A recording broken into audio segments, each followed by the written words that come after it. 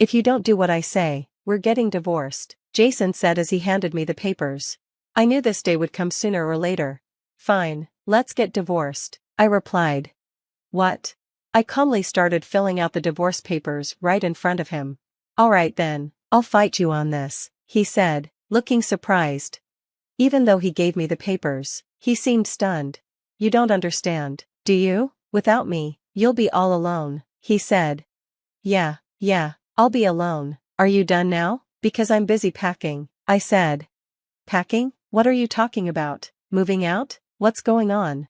It's simple. I'm divorcing you and moving out. This is the perfect time to end things, I said.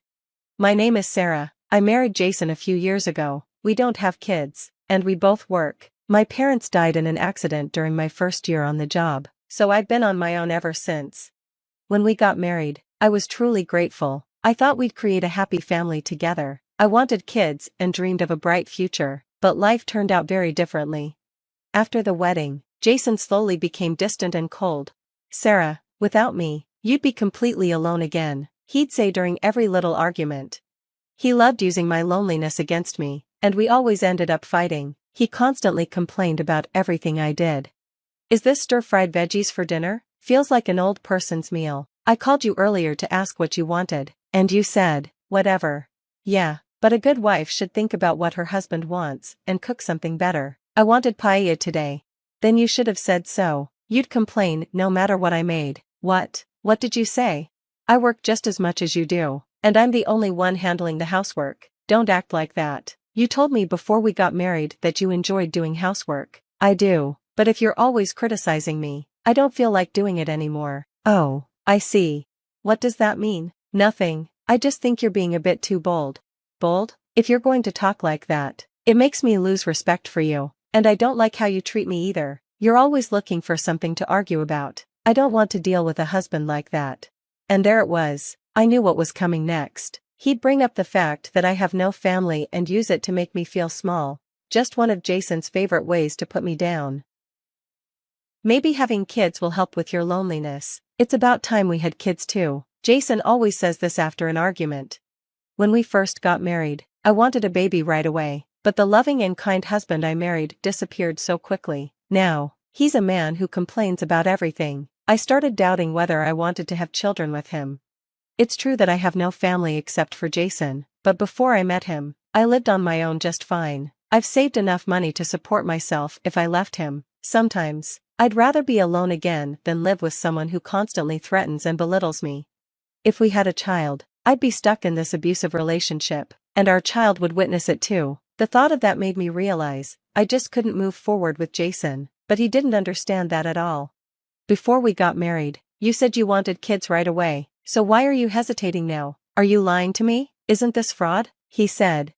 If that's how you feel, maybe you should try making me feel safe enough to want kids with you. Do you think I want kids while you're always complaining about my cooking, my housework, how I fold the clothes? I'm not complaining. I'm just being honest about how I feel. That's exactly the problem. You always twist everything, and now you're saying it's because I lost my parents when I was young, aren't you? Jason smirked, clearly mocking me. I'm not making fun of you, he said, but his smug grin said otherwise. And then there was my mother-in-law. Every time I visited her, she would ask, any grandchildren yet? Jason always joined in, yeah, you should tell her too. She's not helping at all. Sarah, what's going on? My mother-in-law would ask, but I never had the courage to say anything. Well, I guess you two need to talk things over, she said. I talk to her all the time, but this woman, Jason started. Don't call her this woman, just talk it out, okay? She interrupted. Jason's mom wasn't a bad person. She'd been living alone since her husband passed, and I could tell she really wanted grandchildren. Her constant questions made it harder for me to share how I truly felt about Jason, so I stayed silent. Then one day, my mother-in-law had an accident. Jason called me, and I rushed to the hospital, leaving work early. I got there before he did. I'm so sorry for troubling you, she said. Mother, are you okay? I asked, worried. I'm fine, I just broke my leg, she replied. Oh no, I said, and tears started streaming down my face. You don't have to cry like that, she said, trying to calm me down, but I couldn't stop. I'm sorry, I was so scared I might lose you too, just like I lost my parents. I was so worried on the way here, I said, tears in my eyes. Oh, I'm sorry to have made you worry, and I'm sorry this brought back those painful memories, my mother-in-law replied gently. That was the first time she and I had talked so openly about anything.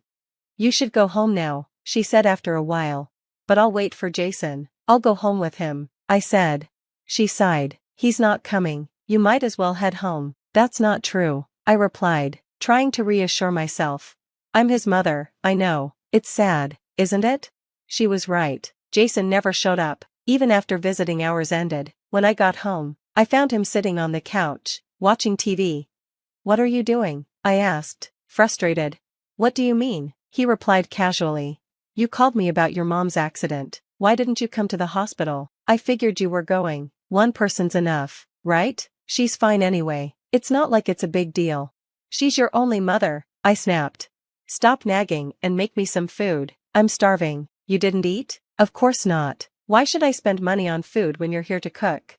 I'm not cooking. I'm going to bed, I said firmly. Don't talk to me like that. You know I'll divorce you if you make me angry, he shouted. Then do it, I said, walking away.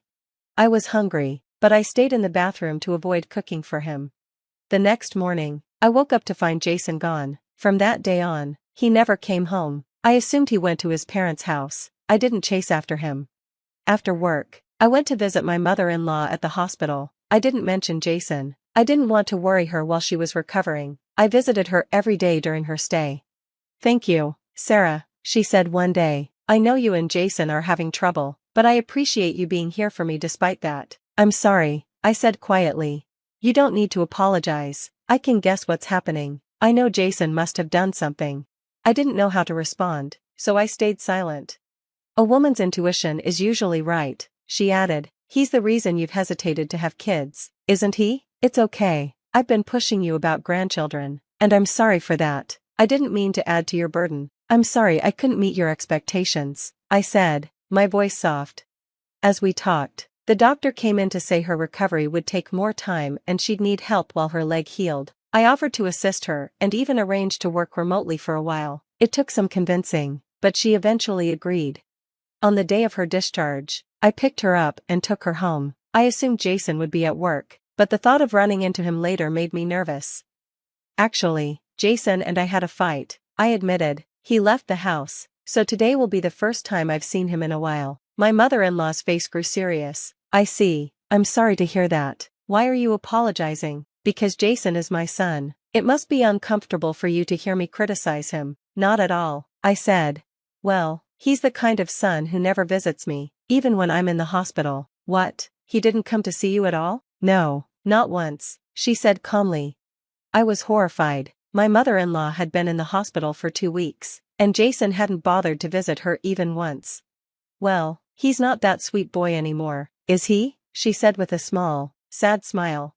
She took a deep breath. Sarah, listen carefully. Jason doesn't have a key to this house. That means he's not here now, and it's okay. Let's focus on you and me first.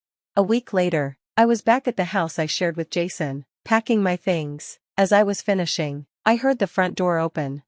Oh, just in time. I wanted to talk to you, I said. I'm busy. How's Mom doing? He asked. Why don't you visit her and find out? I shot back. Why should I? You're taking care of her, right? That's your job. If you don't do as I say, we're getting divorced. He handed me divorce papers. All right, let's get a divorce, I said calmly, filling out the papers right in front of him. Fine, but I'll fight it, he replied, looking oddly stunned. You don't get it, do you? He sneered. Without me, you'll be all alone. Yeah, I'll be all alone. Is that all? I'm busy packing to move out. Where are you moving to? It's obvious, isn't it? I'm divorcing you and leaving. This is the perfect time. Who's going to take care of Mom then? He demanded. Don't worry, I'll take care of her, I replied. Jason laughed bitterly. You're an idiot. Do you think looking after my mom will get you her inheritance? When she dies, I'll inherit everything as her only son. You're not my son anymore, a voice said behind us. We both turned to see Jason's mother standing there, leaning on crutches. Mother, why are you here? Jason stammered. I needed help, so Sarah brought me here to move out. She's been taking care of me, Unlike you, my only child is Sarah now. I don't need a son who only cares about my money. You won't inherit a single penny. Jason's face turned red with anger. I'm divorcing her, so she won't be entitled to anything either. I'm in the process of adopting someone, his mother said firmly. What? I'm also cutting you out of my will. You won't get a cent of my inheritance. Jason's voice rose. You knew I only wanted kids because having grandchildren would secure my inheritance. His mother stared at him coldly, and that's exactly why you're losing everything. I told you, we need kids now. You're hopeless. You're more of an idiot than anyone can imagine. If you have a child, I'll make sure they're disqualified from inheriting anything. Jason shouted angrily, trying to grab my mother-in-law, but I quickly stepped in and pushed him away. I took my mother-in-law's hand, and we left the house. Hey, are you his wife? A woman stood in front of the house. Oh, so you're the one he's having an affair with, I said. What? Well, yes, for now. Did you sign the divorce papers? Please leave this house as soon as possible. I see, I replied. So, Jason had brought his girlfriend into our home. I was shocked, but I wasn't upset about the affair. In fact, I was excited about the idea of getting alimony from them. Jason came running after us, but froze when he saw me standing with his girlfriend. So, you were cheating on me, huh? I said, thanks for that. I'll make sure to get my alimony now. Jason was speechless as my mother-in-law and I got in the car and left, leaving him standing there with his girlfriend.